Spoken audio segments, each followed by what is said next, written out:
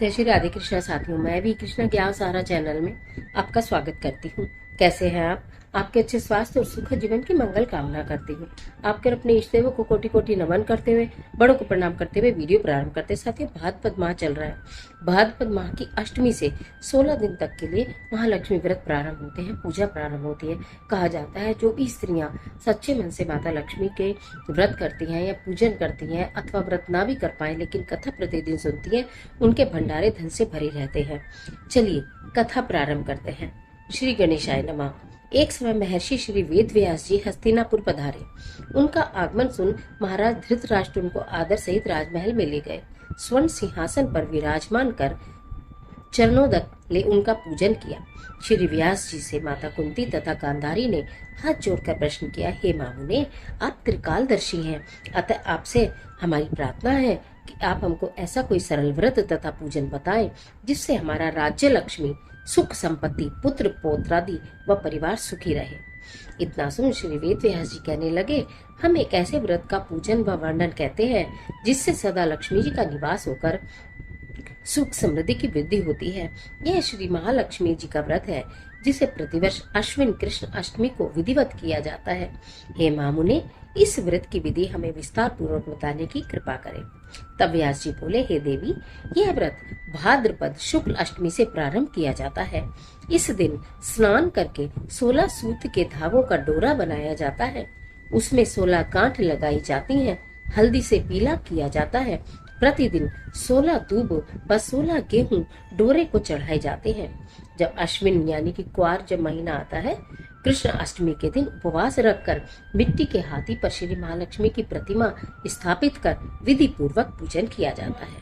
इस प्रकार श्रद्धा भक्ति सहित महालक्ष्मी का व्रत पूजन करने से आप लोगों की राज्य लक्ष्मी में सदा अभिवृद्धि होती रहेगी। इस प्रकार व्रत का विधान बताकर श्री वेद व्यास जी अपने आश्रम को प्रस्थान कर गए। इधर समय अनुसार भाद्रपद शुक्ल अष्टमी से गांधारी तथा कुंती अपने अपने महलों में नगर की स्त्रियों सहित व्रत आरंभ करने लगी। इस प्रकार 15 दिन बीत गए। 16वें दिन अश्विन कृष्ण अष्टमी के दिन गांधारी ने नगर की सभी प्रतिष्ठित महिलाओं को पूजन के लिए अपने महल में बुलवा लिया। माता कुंती के यहाँ कोई भी महिला पूजन के लिए नहीं आई। साथ ही माता कुंती को भी गांधारी ने नहीं बुलाया। ऐसा करने से माता कुंती ने अपना बड़ा अपमान समझा। उन्होंने पूजन की कोई तैयारी नहीं की और उदास बैठ गईं।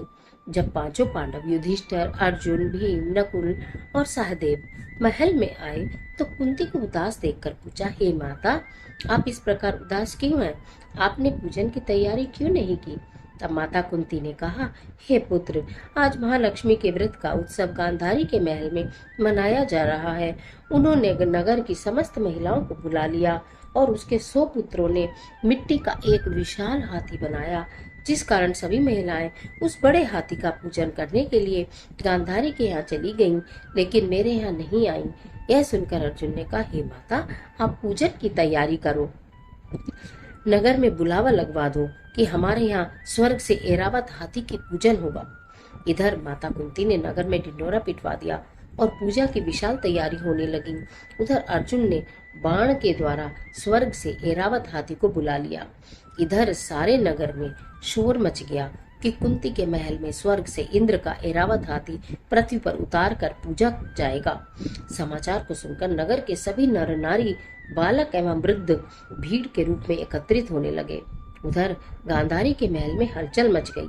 वहां एकत्र हुई सभी महिलाएं अपनी अपनी थालियां लेकर कुंती के महल की ओर जाने लगी। देखते ही देखते कुंती का सारा महल ठसाठस भर गया। माता कुंती ने ऐरावत हाथी को खड़ा करने हेतु अनेक रंगों के चोक पुरवा दिए, नवीन रेशमी वस्त्र बिछवा दिए। नगरवासी स्वागत की तैयारी में फूल माला, अबीर, गुलाल, केसर हाथों में लिए पंक्तिबद्ध खड़े थे। जब स्वर्ग से ऐरावत हाथी पृथ्वी पर उतरने लगा तो उसके आभूषणों की ध्वनि लगी। ऐरावत दर्शन करने की जय जयकार करने लगे। लोगों को उसके दर्शन की उत्सुकता होने लगी। सायंकाल के समय इंद्र का भेजा हुआ हाथी ऐरावत माता कुंती के भवन के चौक में उतर गया। तब सब नर नारियों ने पुष्प माला, अबीर, गुलाल, केसर आदि सुगंधित पदार्थ चढ़ाकर उसका स्वागत किया। राज्य पुरोहित द्वारा एरावत पर महालक्ष्मी जी की मूर्ति स्थापित करके वेद मंत्रोच्चारण द्वारा पूजन किया गया। नगर वासियों ने भी महालक्ष्मी पूजन किया। फिर अनेक प्रकार के पकवान लेकर एरावत खिलाए और यमुना का जल पिलाया। राज्य पुरोहित द्वारा स्वस्ति वाचन करके महिलाओं द्वारा महालक्ष्मी का पूजन कराया गया। 16 गांठों वाला डोरा महालक्ष्मी को चढ़ाकर अपने अपने हाथों में बांध लिया। ब्राह्मणों को भोजन कराया गया। दक्षिणा के रूप में स्वर्ण, आभूषण, वस्त्र आदि दिए गए। तत्पश्चात महिलाओं ने मिलकर मधुर संगीत लहरियों के साथ भजन कीर्तन कर संपूर्ण रात्रि महालक्ष्मी व्रत का जागरण किया।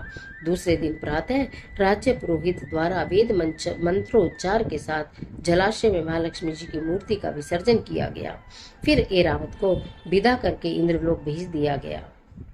इस प्रकार जो स्त्रियां श्री महालक्ष्मी का विधि पूर्वक व्रत एवं पूजन करती हैं, उनके घर धन धान्य से पूर्ण रहते हैं तथा उनके घर में महालक्ष्मी सदा निवास करती हैं। इस हेतु माँ लक्ष्मी की स्तुति अवश्य बोले। यदि आप चाहते हैं कि माता लक्ष्मी का आपके घर में स्थायी वास हो, धन धान्य से आपका घर भरा रहे, तो जो मंत्र बोल रही हूँ इस मंत्र का उच्चारण करना प्रारंभ करें। 16 के 16 दिन कुछ ना कर पाए तो माता लक्ष्मी की पूजा कर उनके समक्ष दीपक जलाकर इस कथा को अवश्य सुने। निश्चित पुण्य की प्राप्ति होगी और माता लक्ष्मी प्रसन्न होंगी। महालक्ष्मी नमस्तुभ्यम सुरेश्वरी। महालक्ष्मी नमस्तुभ्यम सुरेश्वरी। हरि प्रिय नमस्तुभ्यम दयानिधे। एक बार पुनः बोलती हूँ। महालक्ष्मी नमस्तुभ्यम सुरेश्वरी। हरि प्रिय नमस्तुभ्यम दयानिधे। बोलो माता लक्ष्मी की जय। ये थी महालक्ष्मी व्रत की कथा। 16 दिन सुनने से आपके घर में धन धान्य की वृद्धि होती है, माता लक्ष्मी प्रसन्न होती है। आज के लिए इतना ही, इजाजत दीजिए। आशा करती हूँ ये कथा आपको बहुत अच्छी लगी होगी और कथा आपके लिए बहुत सार्थक साबित होगी। मिलती है एक और जबरदस्त वीडियो के लिए साथ। तब तक हंसते रहिए, मुस्कुराते रहिए, अपना और अपने अपनों का ख्याल कीजिए। इस तरह के तमाम वीडियोस के लिए चैनल को सब्सक्राइब जरूर कर लीजिएगा और बेल आइकन का बटन भी प्रेस कर लीजिएगा, जिससे नोटिफिकेशन आपको मिलता रहे। वीडियो अच्छी लगे तो लाइक भी जरूर कीजिएगा, शेयर भी कीजिएगा और कमेंट बॉक्स में ओम महालक्ष्मी नमः जरूर लिखिएगा। माता लक्ष्मी आपकी मदद करें।